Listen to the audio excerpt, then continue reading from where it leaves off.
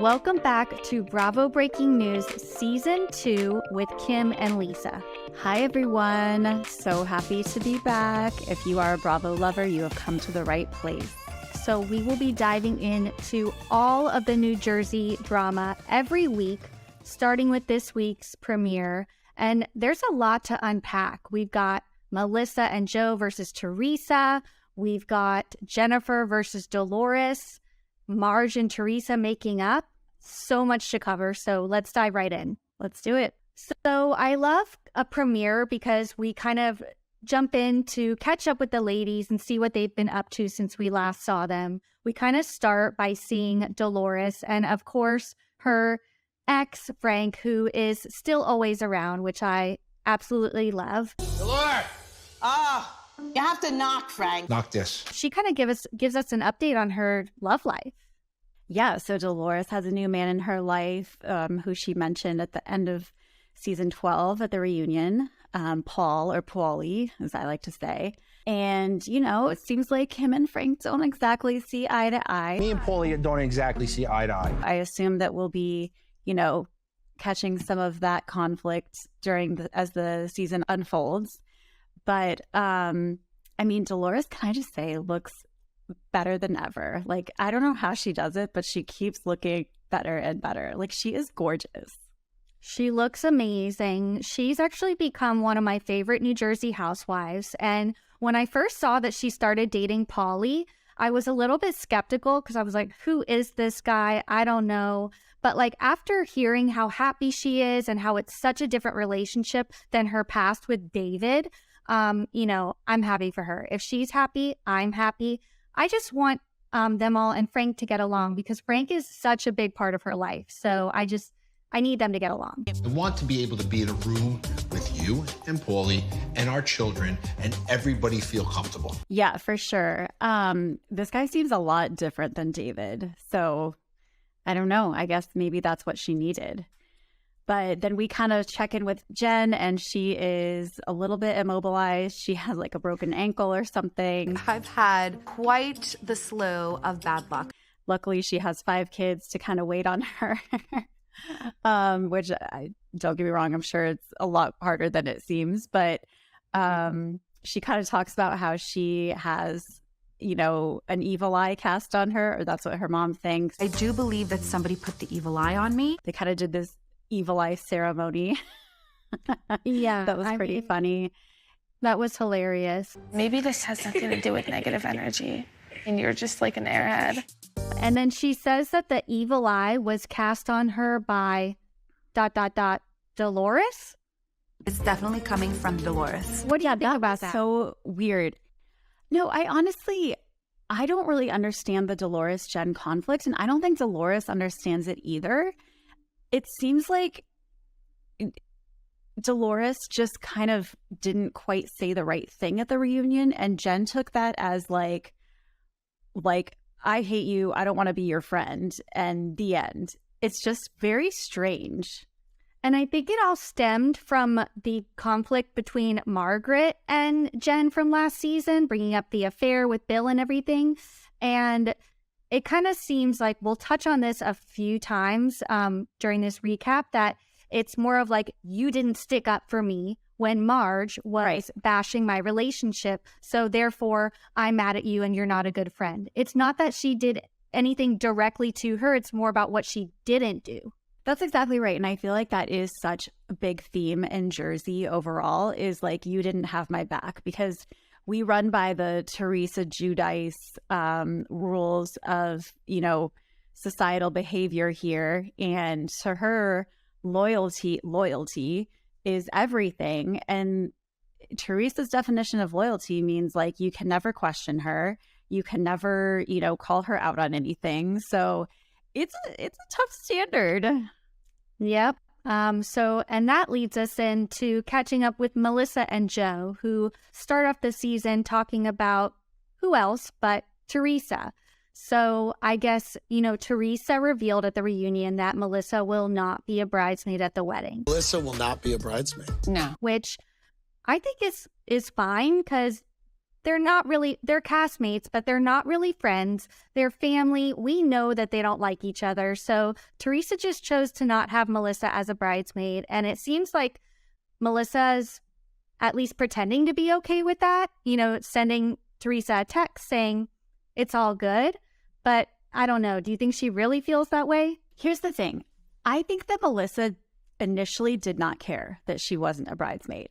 And then I think when it got brought up at the reunion and it was uncovered, I think she saw an opportunity to make it, you know, a little bit more of a thing. And, you know, maybe now she's realizing that it was hurtful, or maybe it's just, you know, she's a little bit acting like it hurt her more than it did. But I have a bigger issue with this. When you are 50 years old and you're getting married and it's your second marriage, you don't need a bridal party.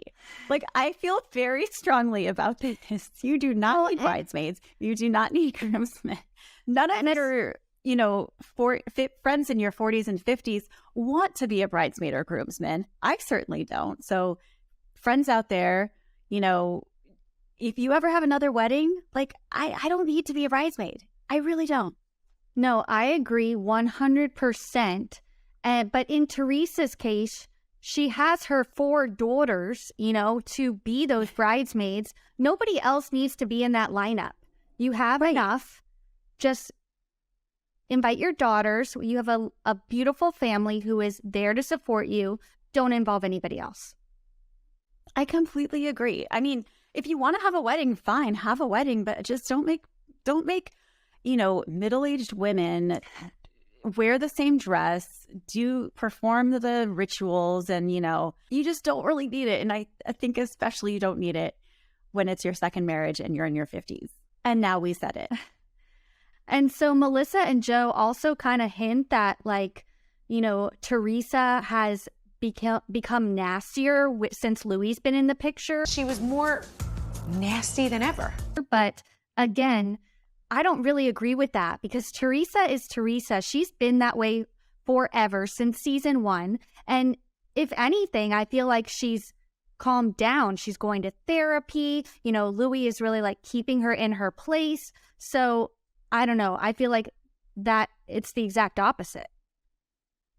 Yeah, I don't know if that's just what we're seeing, but I totally agree with you. Like, it seems like Teresa is, you know, becoming a little bit more self-aware, and she's trying to not be so reactionary. And we kind of see that happening in real time. So I don't know, you know, maybe it's behind the scenes stuff that they're referring to. I'm not sure. So then we hop on over to Teresa and Louis's house. They're having a small get together for her 50th birthday. Also, she looks amazing. And, you know, we find out that Melissa and Joe were invited, but were not able to be there. So it seems like there's some thoughts on that Teresa has. Yeah, I mean, yeah. But we get to see, you know, Melania and Gia and Adriana and Gabriella. Was Gabriella there? Louis's family.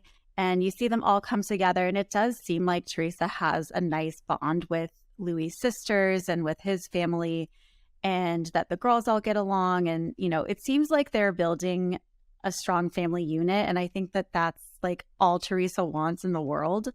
And so that makes me happy for her. Yeah, no, I agree. I loved seeing them together. I love catching up with the girls. Teresa's daughters are like one of my favorite things about Jersey. And the fact that they're meshing so well with Louis's family just makes me happy. Teresa mentions that Louis's family is kind of filling a void. Now that I have Louis's family, it's filling that void that I didn't have before. And I guess she's kind of talking about since losing her parents, which, you know, is kind of a dig at Melissa and Joe, because obviously they're still there and maybe willing to have a relationship with her, but she wants nothing to do with it. So basically she's trading one family for another. And Joe basically says, like, you know, she made it very clear where we stand as a family, and, you know, that was her decision. And I will say that, I mean, Teresa was not nice to Joe at the reunion and calling him bitch boy. Like, I mean, Sorry, you are. That was iconic television, I have to say.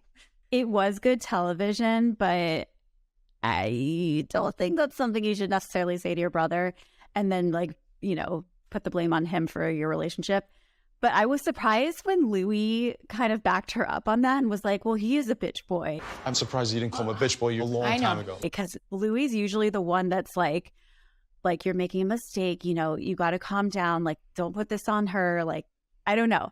I can't decide if I love or hate Louis constantly psychoanalyzing every situation and every person they come into contact with. His insecurities are screaming. Well, Louis, like, you're not a doctor, so calm down here.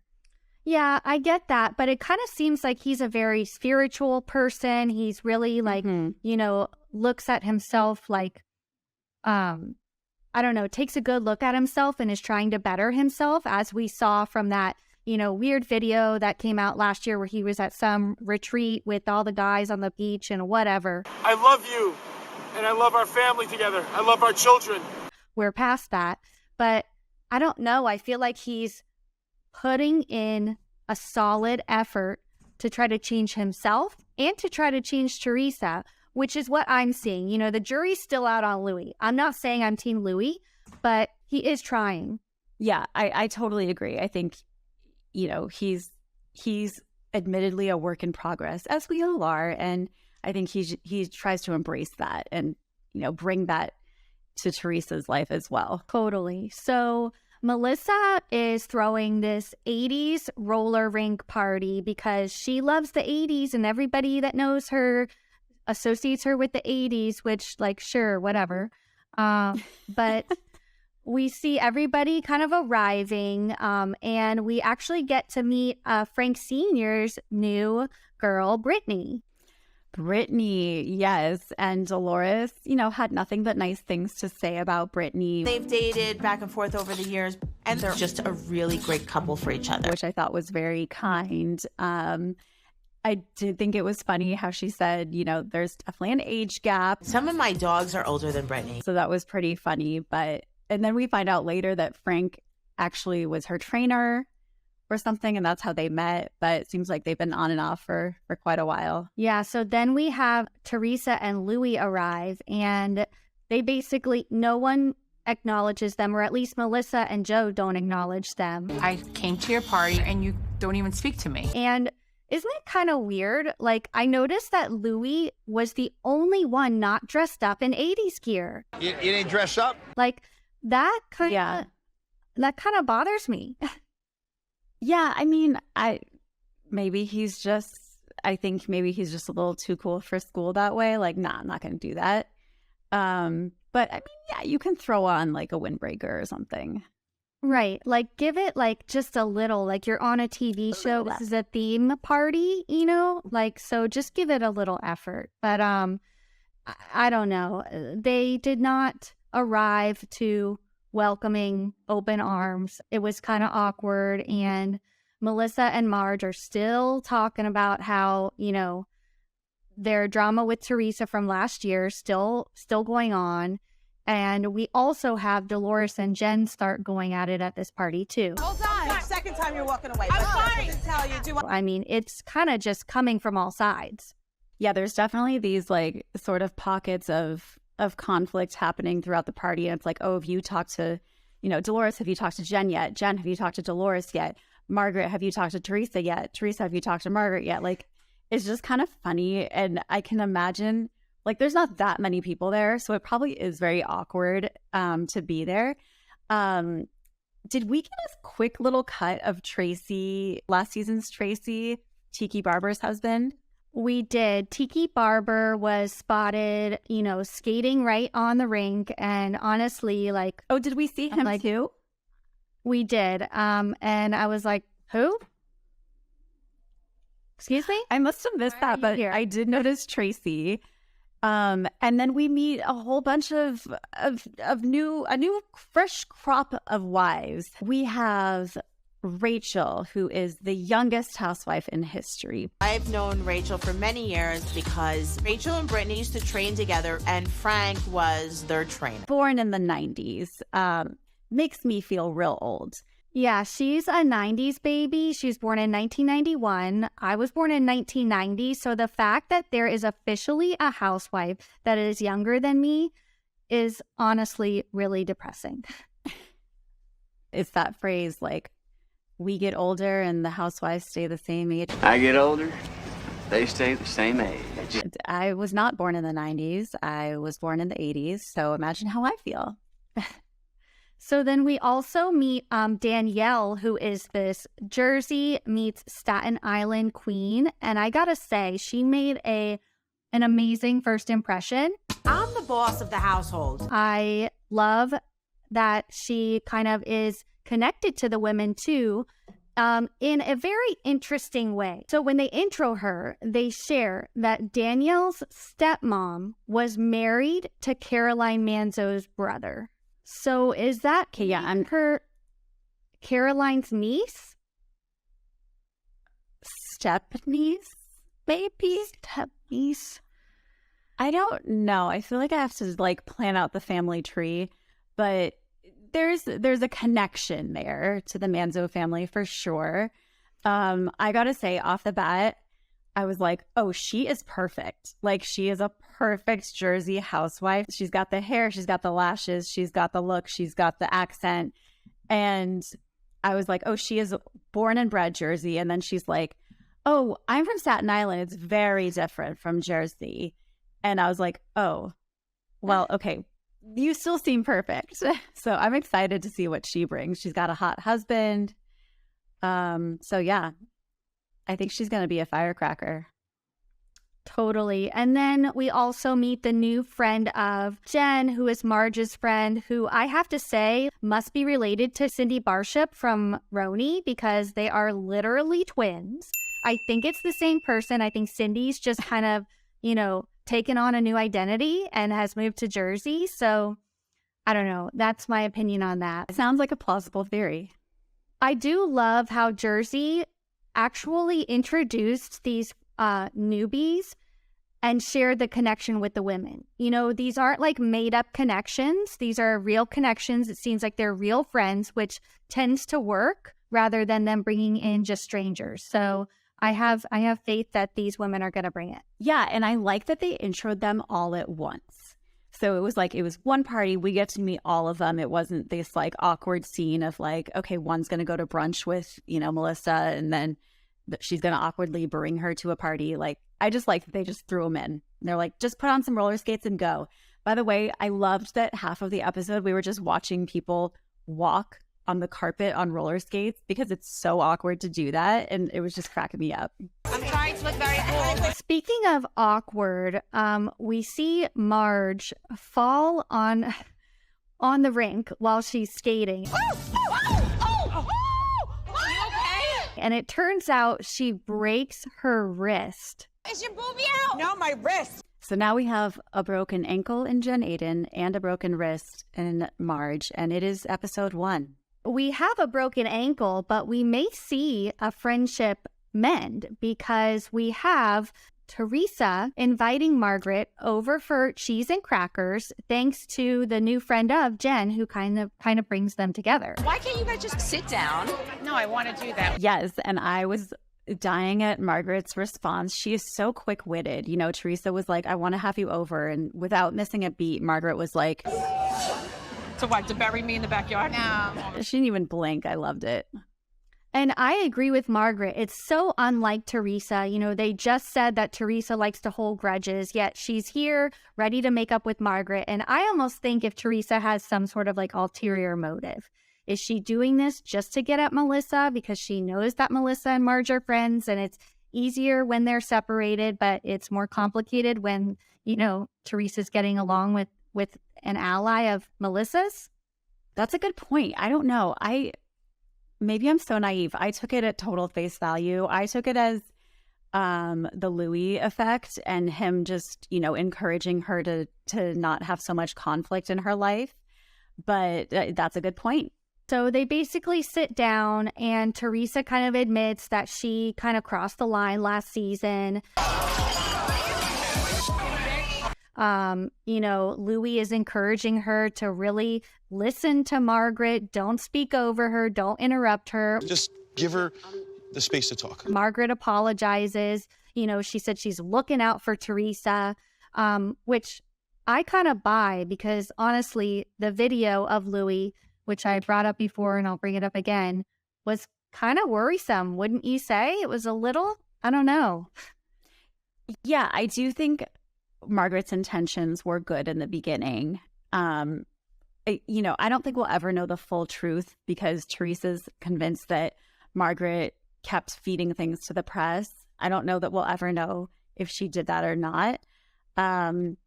But, if she did, that's definitely not great. But she's sticking by the fact that she was just a concerned friend. And, I think anytime your friend is dating someone new and there's like some red flags there, which there definitely were, you're gonna be concerned. So I like when they are, together. Like, I don't like when they're at odds with each other. So I'm glad that they made up like off the bat, and we'll see where it goes. And I think the show is stronger when they are, on the same page. And especially when Teresa's, being honest, or as she says, I'm being raw as a cucumber. Raw as a cucumber. Such a good quote. I love that. I never heard that one, but that could be a new one. The Teresa-isms. You don't get that with any other franchise, and I love it. Chef's kiss. So finally, we get to this calendar photo shoot that Dolores is putting together for charity purposes. She's asked all the husbands to come and, they're all going to pose for this calendar, inspired by like a sexy fireman calendar. And we got to, meet the new husbands. We got to like throw them into this situation off the bat. Guys, like this. Go like this. Woo! There you go. Looking good, looking good. Which I thought was pretty funny. We get to see everyone's looks. Like Joe Gorga was definitely, feeling himself. He likes showing that body. He was in the moment. What is this walk? Give us your best phrase. We all know that this is Joe's moment. He's all Zoolander. I thought they all did a pretty good job. I think the photographer did a good job too of, making them look good. I loved it. The men are really what makes Jersey. There is no other franchise that has husbands like this. They could have their own show, honestly. I just love watching them and their banter. I hope we get to see more of them, which I'm sure we will as the season progresses. But the calendar, amazing idea, Dolores. Well done. Can I just say that it's so annoying that, like, if this was a shoot for the women, each of them would be in glam for at least 2 hours. And for the guys, they walk in. Literally, it's like they're like spraying like, cooking spray on them basically and just going like this. And it's like, all right, get out there. You're ready to go. And it's so unfair. It's just so unfair. I know. But who was your favorite husband? So this might come as a surprise, but I'm going to go with Bill Aydin. What do you have Bill doing? Sexy doctor. Oh my God. He just did it for me. Yes, honey. I don't know. I feel like I should hate him because he cheated on Jen. But for some reason, he's redeemed himself for me.